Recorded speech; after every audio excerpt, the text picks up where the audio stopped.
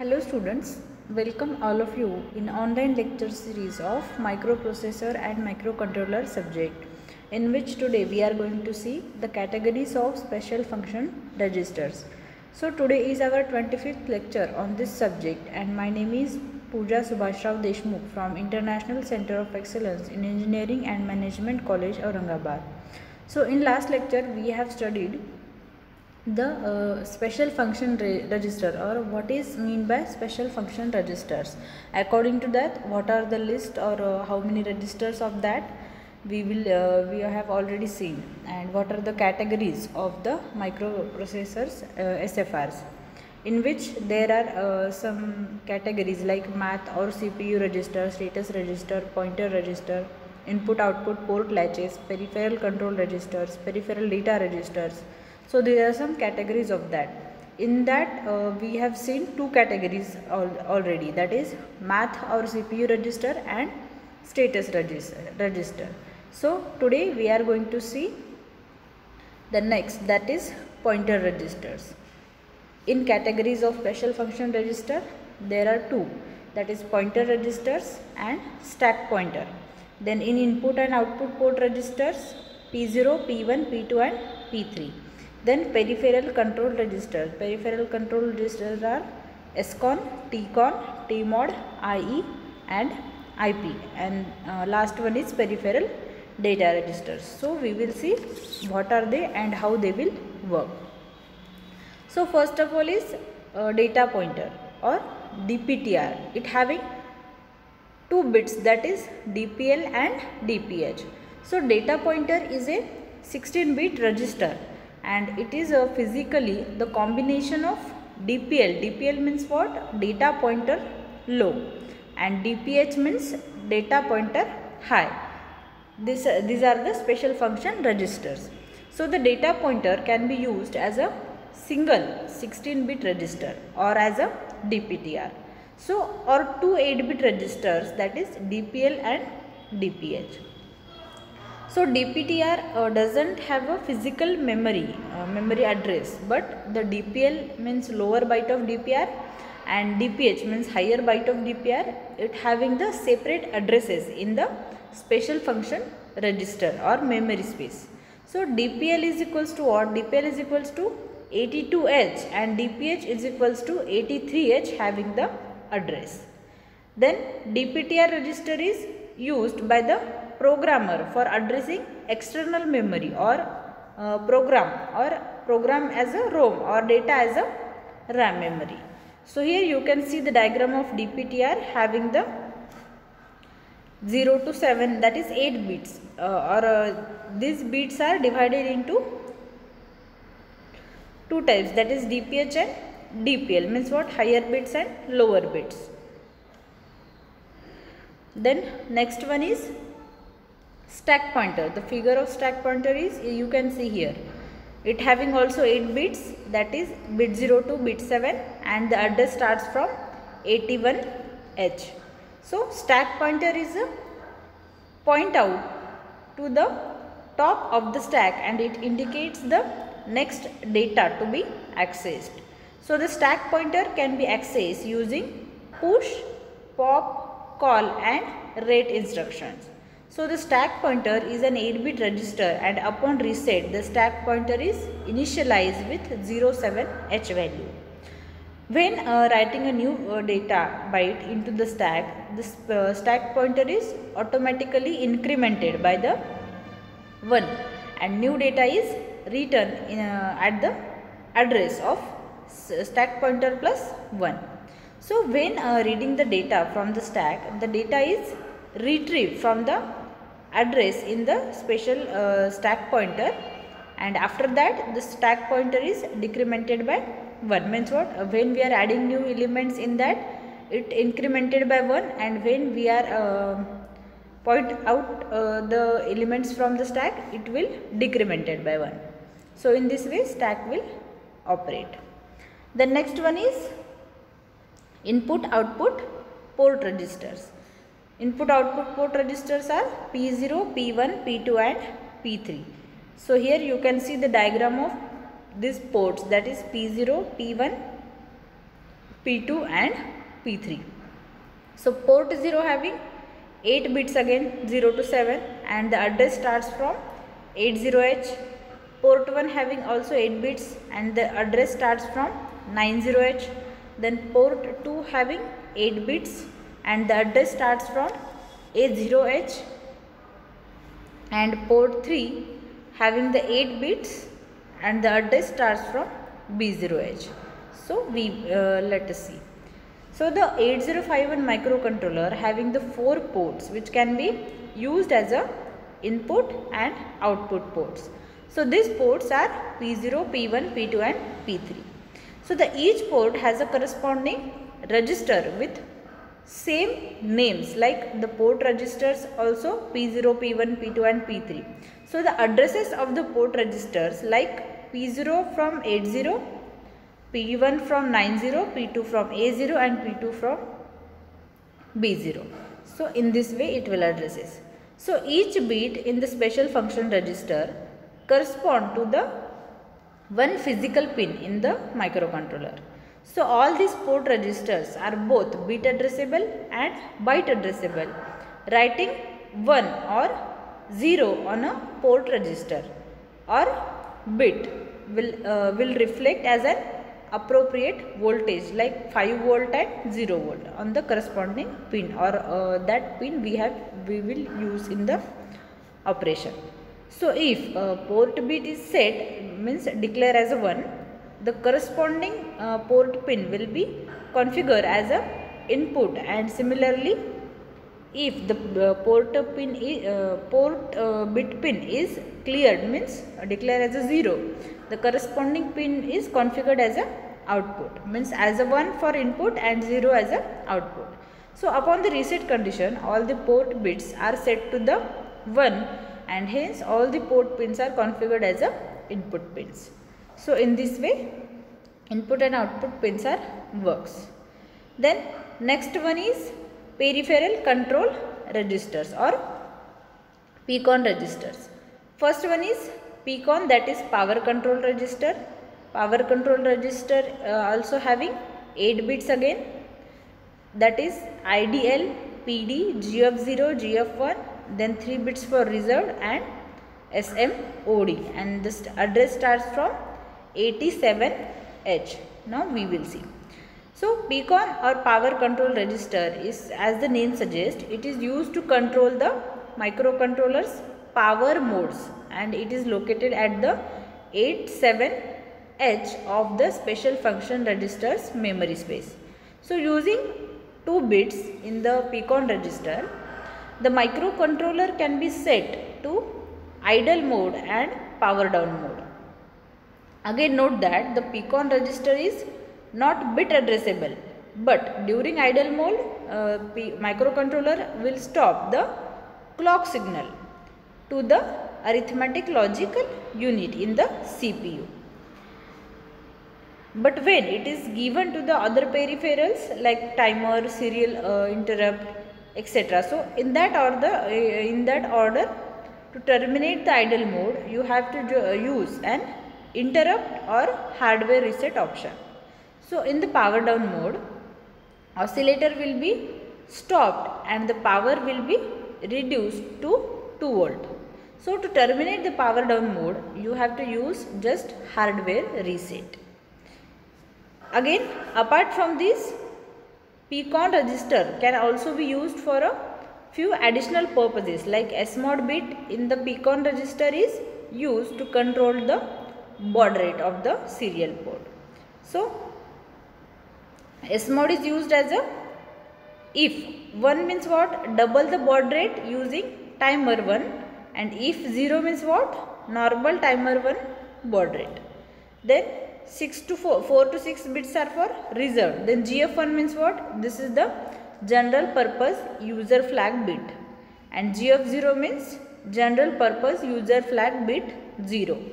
Then PD means what, power down bit, to enter the power down mode set to 1, and IDL means what, this is the idle mode bit, to enter the idle mode set to the 1. So this is PCON register. Then next one is SCON. SCON is a serial control. So the serial control or SCON is a special function register which is used to control the 8051 microcontroller serial port. So it is located at the address of 98H as you can see in the diagram. So using SCON you can control the operation modes of the serial port and baud rate of the serial port. Also it send and receive data using the serial ports. Then SCON register is also consist of the bits that are automatically set when the byte of data is transmitted or received. Again it having 8 bits like 0 to 7. First one is RI, TI, RB8, TB8, REN, SM2, SM1 and SM0 and the address starts from 98H. So the bit 7 that is SM0 means what? Serial port mode selection bit 0 and SM1 means what? Serial port mode selection bit 1. SM2 is a multiprocessor communication bit and REN means what? Receive enable bit. Then TB8 means transmitted bit 8 and RB8 means received bit 8. Then TI means transmit interrupt flag and RI means receive interrupt flag. So the serial port of the mode selection bits that is SM0 and SM1 determine the mode of UART and also the baud rate also. So here is the table for the overview. Then next one is TCON. TCON is a timer control register or the TCON register is used to start or stop the timers of 8051 microcontroller. Also it contains bits to indicate if the timer has overflowed or not. So the TCON is a special function register which consists of the interrupt related bits like IT0, IE0, IT1, IE1, TR0, TF0, TR1 and TF1. Now we will see what are they. And it starts addresses from the 88H. So the bit 7 is TF1. TF1 means timer 1 overflow flag. It is set when the timer 1 overflows means all ones to the 0 and clear when processor execute ISR at the 001BH.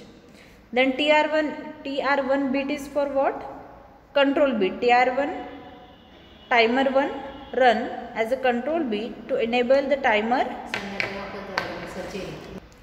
and this bit is used to enable the timer counter set to 1 and clear to the halt. Then TF0 is a timer 0 overflow flag set when timer 0 overflows and all ones to the zeros. Then IE1 is a external interrupt 1 edge flag.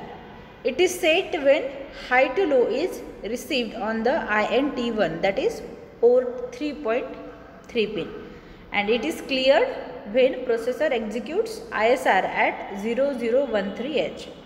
The next one is IT1. IT1 means what? External interrupt 1 type control bit.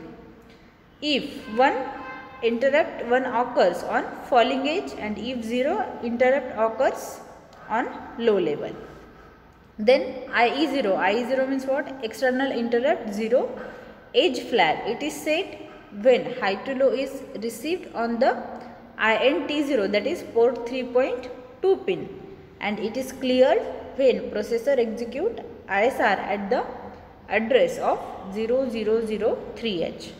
Then last bit that is 0 IT0 external interrupt 0 type control bit and if 1 it interrupt 0 occurs on falling edge and if 0 interrupt 0 occurs on low level. So this is just a TCON register. The next one is TMOD register. Again it having 8 bits that is T0 M0, T0 M1, CT M0, C by T0 gate 0, T1 M0, T1 M1, CT1 gate 1. These are 8 bits and the address starts from 89H. So the TMOD or timer mode register or special function register, which is used to set the operating modes of the timers, that is T0 and T1, and the lower 4 bits which are used to configure the timer 0 and the higher 4 bits are used to configure the timer 1. Now we will see what is the function of each bit. The bit from 7 to 3, that is for gate or gate enable bit. 6 and 2 bit, that is C by TX, that is a select timer or counter mode. 5 and 1, that is TX M1, timer counter operating mode, select bit 1. Then 4 and 0 bit, that is TX M0, it is for timer counter operating mode, select bit 0. So the gate X bit is used to operate the timer X with respect to the INTX pin or regardless of the INTX pin. So the gate 1 is equals to 1 and gate if 0, timer 1 is operated irrespective of signal on INT1 pin, but TR1 as a input TCON must be set. Then here is the table is given, that is if TX M0, TX M1 and mode 0 0 0, at that time 13 bit timer mode, that is THX as a 8 bit and TLX as a 5 bit. If you are giving 0 1 1, it is a 16 bit timer mode. If 102, 8 bit auto reload timer mode. 113, that is 2 8 bit timer mode or split timer mode. Means what? X is equals to 0, timer for timer 0 and X is equals to 1 for the timer 1.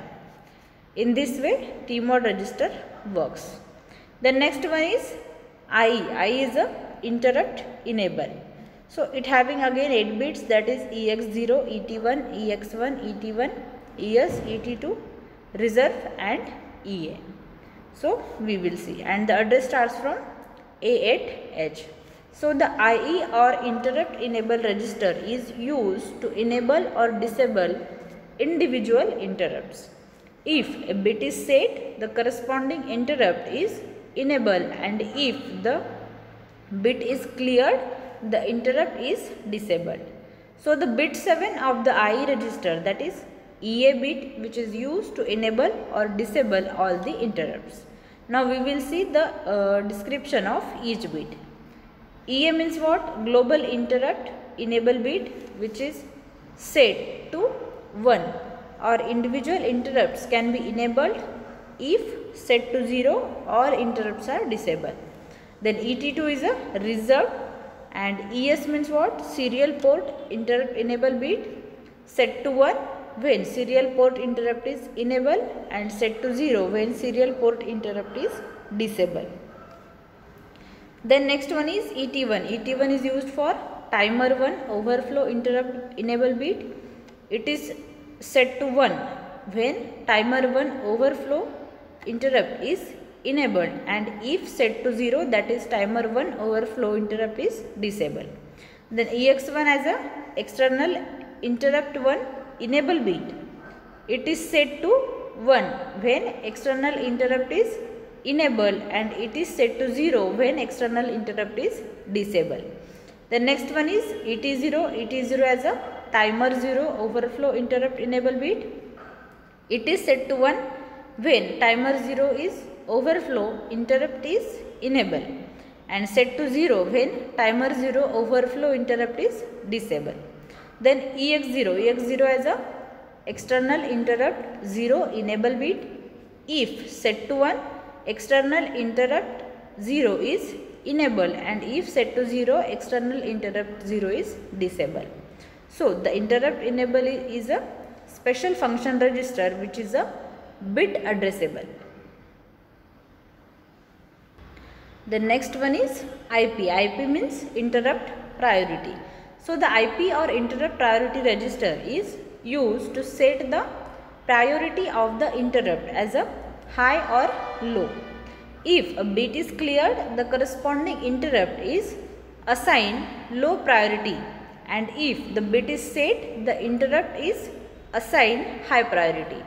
Again it having 8 bits, that is PX0, PT0, PX1, PT1, PS and PT2, and 2 bits are for reserve, and the address starts from B8H. Now we will see the description of each bit. So PT2 bit is reserved. PS means what? Priority of serial port interrupt. PT1 as a priority of timer 1 overflow interrupt. PX1 as a priority of external interrupt 1. PT0 for priority of timer 0 overflow interrupt, and PX0 as a priority of external interrupt 0. So the interrupt priority, that is IP, is a special function register and it is a bit addressable register. Then next one is peripheral data registers. What are the peripheral data registers? That is SBUF, serial data bus buffer, TL1 and TH1, that is timers. These are 2 bits. First one is SBUF. SBUF is a again 8 bits, bit 0 to bit 7, and the address starts from 99H. So the serial buffer or SBUF register is used to hold the serial data while transmission or reception.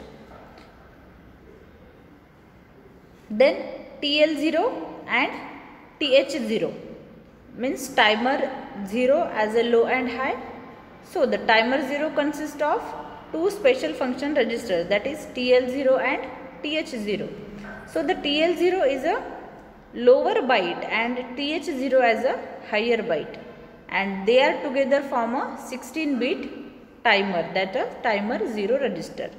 Here you can see the figure of timer 0 register. It having 8 bits, 16 bits, and the 8 bits divided into 2, that is TL0 and TH0. Again TL0 having 8 bits and TH0 having 8 bits. TL0 starts addressing from 8AH and TH0 start addressing from the 8CH. Now we will see TL1 and TH1. So the TL1 and TH1 are lower and higher bytes of timer 0. So in this way we have studied the timers, that is TH0, TL0, TH1 and TL1. So I hope guys you have all understand whatever we have studied in this lecture. But still anyone have doubt in this, you can contact me anytime. So thank you very much and have a good day.